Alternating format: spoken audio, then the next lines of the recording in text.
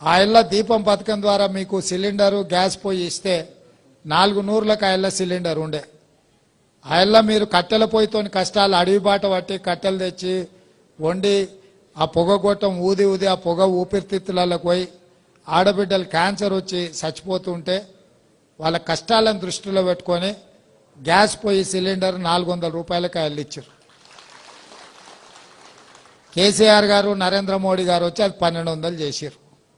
ఇవాళ సిలిండర్ కొనుక్కునే పరిస్థితి లేదు, మళ్ళీ అడవి బాట పట్టి కట్టెలు కొట్టుకొచ్చుకునే పరిస్థితి వచ్చింది.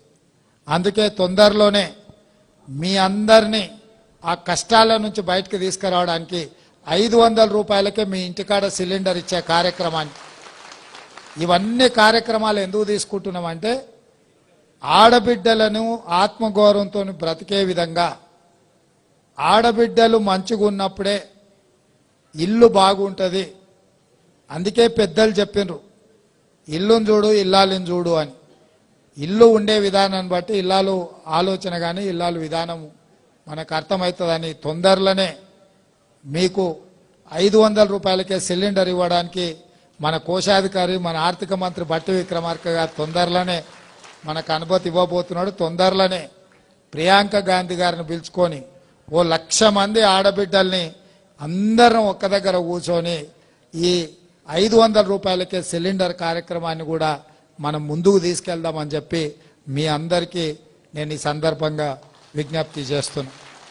అదేవిధంగా ఇంటి కరెంటు బిల్లు కూడా ఈరోజు విపరీతంగా వస్తుంది. కష్టపడి గ్రూపులలో మీరు మిగిలించుకున్నది కరెంటు బిల్లుకే పోతుంది. అందుకే తొందరలోనే 200 యూనిట్ల వరకు గత సంవత్సరం మీరు ఎంత విద్యుత్ వాడుకున్నారో రాబోయే సంవత్సరం ఆ స్థాయిలో మీకు ఉచితంగా ఇంటి కరెంటు బిల్లులు కట్టాల్సిన పని లేకుండా మీకు అందరు కూడా ఉచితంగా విద్యుత్ ఇవ్వాలని 200 యూనిట్ల వరకు. ఎందుకంటే కరెంటు బిల్లు పైసలు ఇంటి ఆమెనే కట్టమంటాడు.